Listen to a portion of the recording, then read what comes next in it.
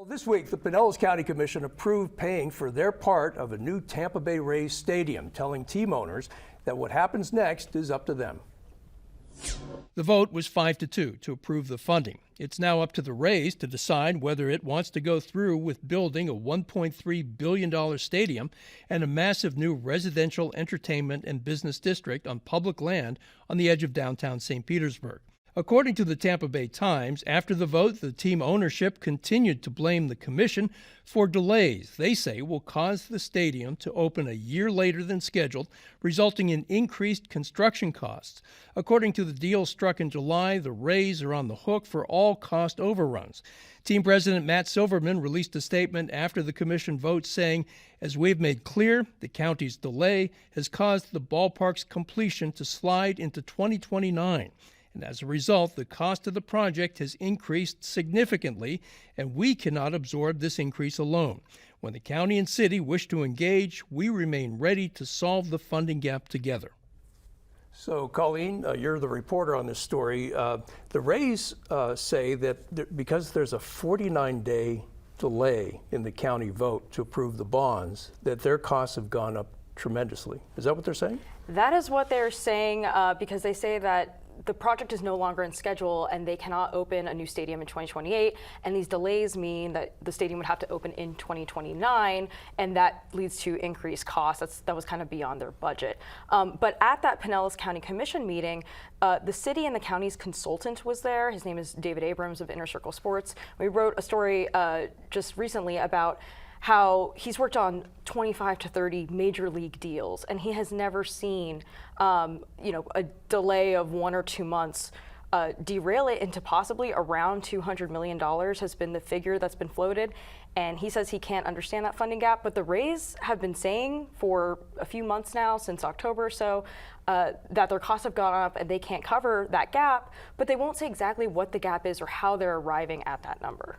Have they promised by a certain date to reveal what that number is? They have not, but now they have until March 31st to show that they are in the project. They've got certain milestones they need to meet according to the contract, and if they haven't met those milestones, then the deal automatically terminates. So it is in their court now. The deal that was announced in September, what does that deal say about any cost overruns? The Rays are on the hook for all of them, and that was actually something that was sold to the public as this is a good deal. We're talking a $1.3 billion stadium. The Rays get the larger half. They're going to take care of the larger half, $700 million. $600 million is split between the city and the county.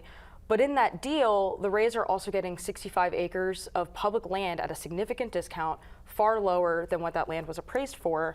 And they're also getting some help, about $142 million for roads and sewers. So really, it was a pitch to the public saying, we'll take care of all this. The Rays are also going to be responsible for like any maintenance or repairs and insurance going forward. But they are getting a lot of help with the stadium, and their big pitch was, any cost overruns, we've got them. And here we are, there's no shovels in the ground, and they're saying just this delay on the county side, following 2 back-to-back hurricanes is enough to possibly derail the project. You've got essentially 2 new makeups on the county commission in Pinellas County and the St. Pete City Council. You've got more skeptics on both of those bodies. Yes, and the way the county works is that right after the election, commissioners join the dais immediately. On the city council side in St. Petersburg, those new members don't join until January. The votes for bonds to finance the county's portion of the stadium were delayed because of the hurricanes, right? We had 2 back-to-back huge hurricanes here in Tampa Bay. So that vote was October 29th. And the board, with its original members, they had just agreed, you mentioned in July, to do this deal and approve the deal, actually voted 6-1. So supporters on the commission who want the deal to happen said, you know what, we should wait and pause a little bit, because at that time, they wanted to know where the Rays would be playing in 2025, because Hurricane Milton tore the roof off Tropicana Field. Mm-hmm. So they wanted some clarity there and get some answers, and so nobody there thought one person did, it was a 6-1 vote, but the majority of commissioners there thought, not a big deal, let's just delay it one time. It was the only time the county had delayed publicly anything to do with the stadium, and the Rays say that was enough to almost derail the deal. Did they object at the time? The Rays were not present at that meeting. Andy, you've been an opponent, or should I say skeptic, of the stadium deal all along. What do you make of the Rays asking for more money, asking the county to chip in more, city to chip in more? I mean, first, I think it's always important for us to name that this land in question was originally a thriving Black-owned neighborhood, stolen through redlining and through eminent domain. We received HUD money that was supposed to go toward housing, that ended up going toward building parking lots for a baseball stadium, and now we are selling the land at a loss to billionaires and funding their stadium, and the mayor's calling this equity. And so I think we set out to do something altruistic, but we did so with partners that again and again remind us with every single statement they make, they only care about the bottom line, they only care about profit. And so I really hope that the mayor keeps to his promise of not giving one penny more. He said that at a city council meeting. As one public commenter said at that meeting, which I thought was great, she said, the Rays are like a really bad boyfriend. That's just not that into you. You have to know when to walk away. Danny, this has united people who are conservatives and people who are progressives on the issue of not funding a stadium for a team owner who's wealthy. Absolutely, and I remember that comment of the boyfriend. It was a great comment.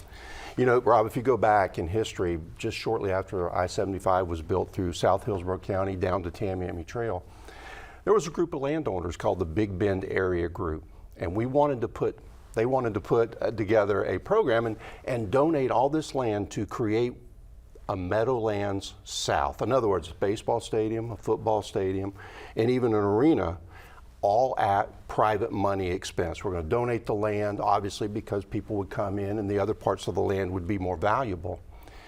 It was railroaded by, I hate to say this, but I think the Tampa Sports Authority didn't want the Bucks to leave Tampa. A public entity spending money on a public stadium for a private entity, whereas you had a group of people that wanted the private dollars to do that. So I struggle with this. I realize the economic impact of it, but what's your opinion? Should the county commission and city council stand firm and not offer any more assistance to the Rays? The vote was taken. I think the delay was good. Probably what, $500 million the public's given the Rays already for this system?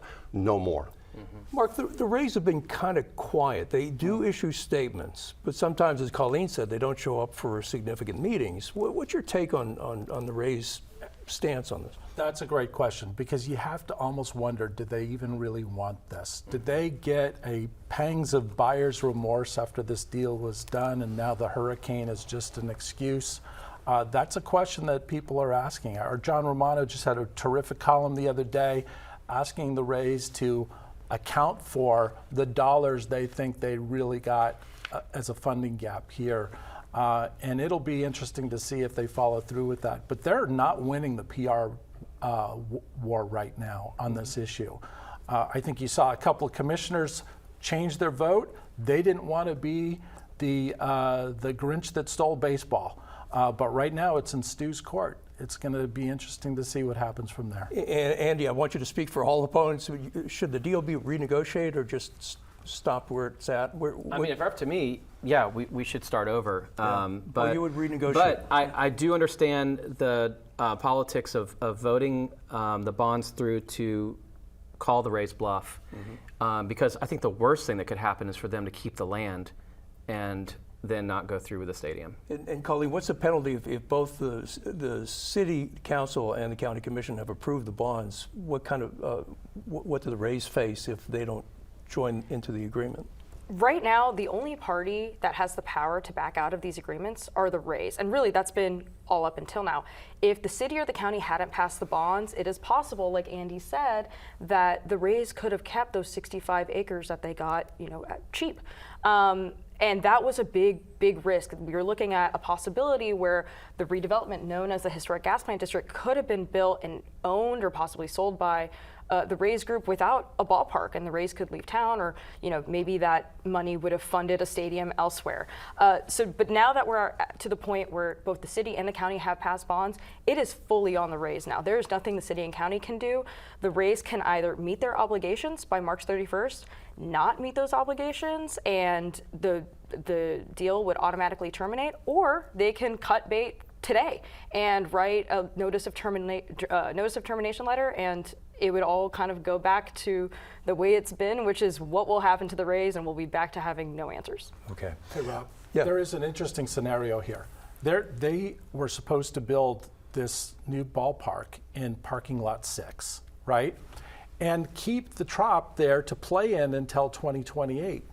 Well, if they don't go back to the Trop, they could tear it down right now, start the next phase of the development on land that was going to be a ballpark for a few years, work with the city on the insurance money, and instead of going and playing any more games in the Trop, there's that $50 million pot of insurance money. I think that's going to be a source of conversation over the next few weeks to see if that could be part of the equation.